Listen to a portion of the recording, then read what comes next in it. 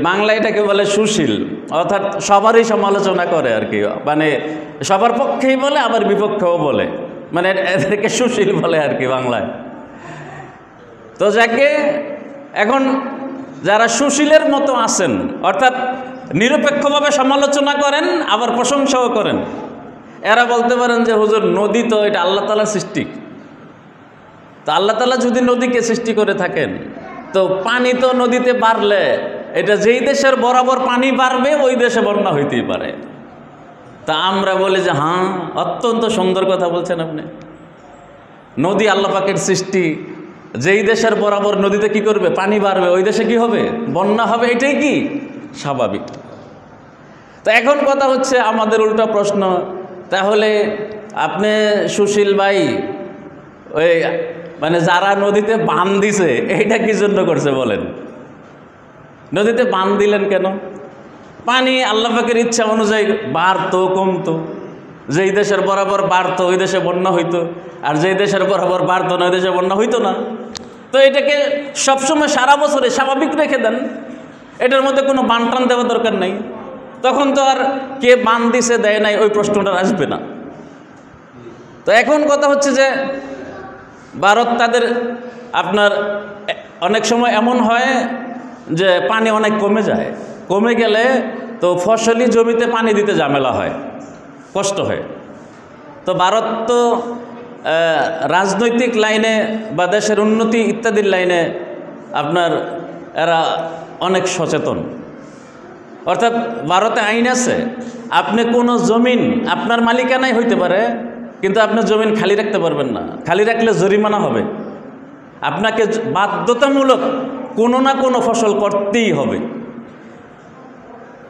কথা বুঝেছে? তাহলে ফসল করতে হইলে চাষির পানির ব্যবস্থা করতে হবে না? এই জন্য সরকার কি করছে, বাঁধ দিয়া, যখন মানে পানি থাকে না তেমন নদীতে, তখনও যাতে পানি থাকে, তারা যাতে ফসলি জমিনে পানি দিতে পারে, এই জন্য তারা কি দিছে, যে বাঁধ দিছে, বাঁধ দিয়ে পানি স্টক করে জমা করে, যাতে করে ফসলের সময় ফসলে পানি দিতে পারে। এখন কথা হচ্ছে উল্টা প্রশ্ন আবার, তাহলে যদি তারা মানে নদীতে বাঁধ দেয়, তাদের জমিনের সুবিধার জন্য তারা পানি স্টক করে, তখন আমাদের দেশের কি অবস্থা হবে? যে আপনারা হুগায় মরবেন, আপনারা শুকায় মরবেন, আপনারা ফসল করতে পারবেন না। তাইলে এটা কেমন হইল?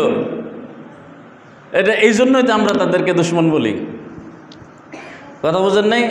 ইন্ডিয়ার সুবিধার জন্য আমরা মরে গেলে ওদের কোনো অসুবিধা নাই। এটা হলো এমন জানোয়ার তারা, যে আমি খাইয়া বাসি, আপনি মরে গেলে তো আমার সমস্যা নেই, আমি তো আপনার ব্যাপারে চিন্তা করি না, আমার দেশের সুবিধা কিভাবে হবে সেটা আমরা চিন্তা করি। তাহলে এই জিনিসটা তো কি হইল না, স্বাভাবিক হইল না। যখন নদীতে পানি থাকে না, তখন আপনার যেই দশা আমারও সেই দশা, এইভাবে স্বাভাবিক ছেড়ে দেন, নদীতে বান টান দেওয়ার দরকার কি?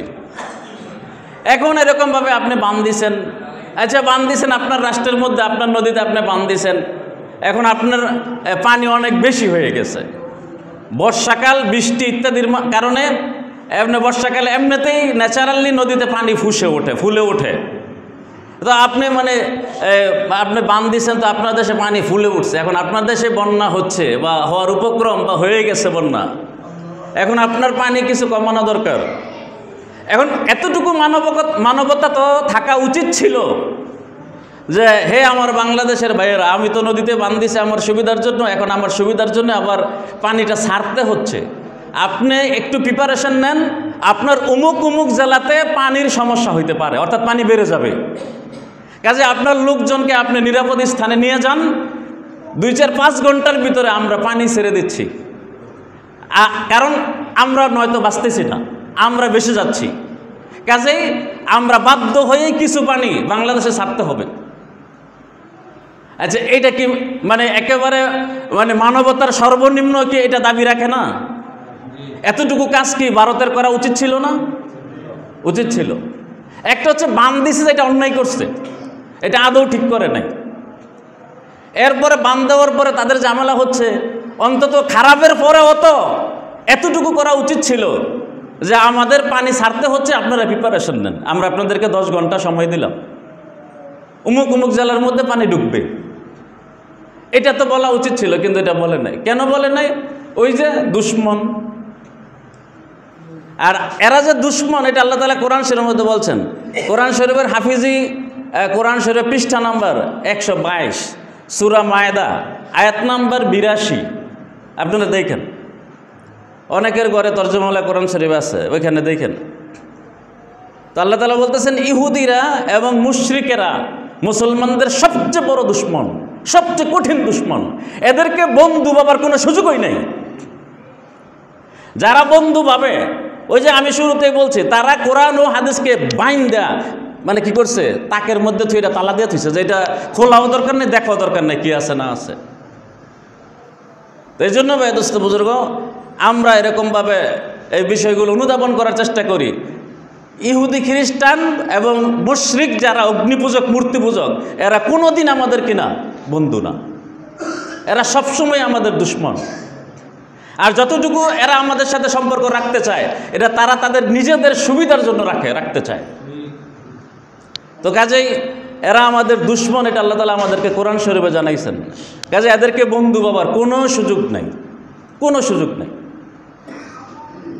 যদি আমরা বন্ধু ভাবি তাহলে কোরআন হাদিসকে ওই যে ওইভাবে রেখে দিলাম, তাকের মধ্যে রেখে দেবে, এটা কি শিক্ষা করা দরকার নেই। এখন ইহুদি খ্রিস্টানরা সৌদি আরবের শিক্ষা ব্যবস্থায়ও আপনার হস্তক্ষেপের চেষ্টা করছে আরও আগে, তো যাতে করে সেখানেও কোরআন হাদিস কম পড়ানো হয়। কারণ কোরআন হাদিস যত বেশি পড়বে, যত ভালোভাবে পড়বে, ততই কোরআন হাদিস এরকমভাবে ইহুদি খ্রিস্টানদের চরিত্র স্পষ্ট আকারে তুলে ধরছে। কাজেই মুসলমানদের অন্তরে তাদের প্রতি সবসময় কি থাকবে, শত্রুতা থাকবে কোরআন হাদিস পড়লে, এইটাই স্বাভাবিক।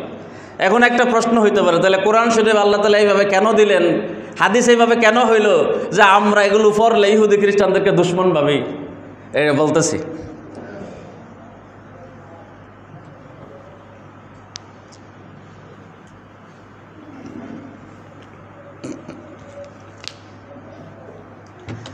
কোরআন হাদিসে এইভাবে দেওয়ার কারণ হচ্ছে যেন আমরা সতর্ক হই, আমরা যেন ক্ষতিগ্রস্ত না হই। আমরা তো মানে অনেকটা অন্ধের মতো, যদি কোরআন হাদিস আমাদের সামনে না থাকে তাহলে আমরা অন্ধ। তো অন্ধ মানুষ কি করবে, রাস্তা দিয়ে হাঁটার সময় যদি গাতা গর্ত থাকে, কূপটুপ থাকে, কূপে পড়ে যাবে। ওই হিতাকাঙ্ক্ষী হিসেবে আল্লাহ তাআলা কোরআন শরীফে এবং নবী সাল্লাল্লাহু আলাইহি ওয়াসাল্লাম হাদিসে জানাই দিয়েছেন যে এদের চরিত্র এমন এমন। এরা ইহুদি খ্রিস্টান একটা কুয়া, এরকমভাবে এরা একটা গর্ত, তোমরা অসুবিধায় পড়বা যদি অন্ধের মতো চলো। এই জন্য তোমাদের চোখ খোলার জন্য আমরা কোরআন ও হাদিস এগুলো জানাই দিলাম, যে চোখ বন্ধ করে এদের সাথে চলা যাবে না, এরা তোমাদেরকে কখনোই বন্ধু ভাবে না। তো যাই হোক, আল্লাহ তাআলা আমাদেরকে বুঝার তৌফিক দান করেন।